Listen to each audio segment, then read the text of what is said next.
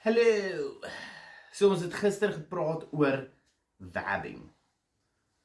Toe het iemand iets gecomment en toe moes ek bietjie gaan research doen daaroor want ek was intrigued en baie disturbed gewees. Flip it.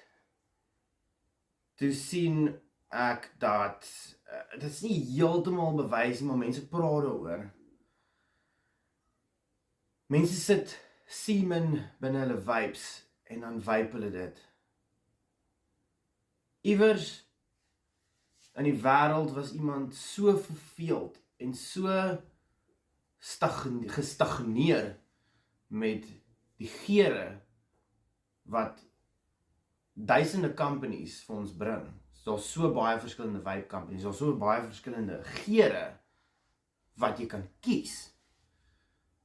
En jy soos, weet jy wat, hierdie strawberry mint doen dit nie vir my nie, hierdie blueberry doen dit nie vir my nie, die cola is kak, ek soek semen.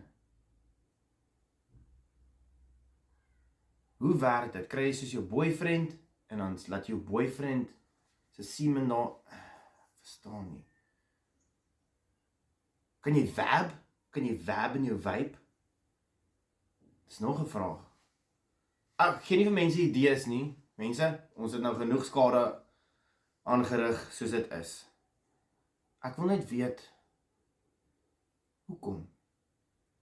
Hoe kom? Kom.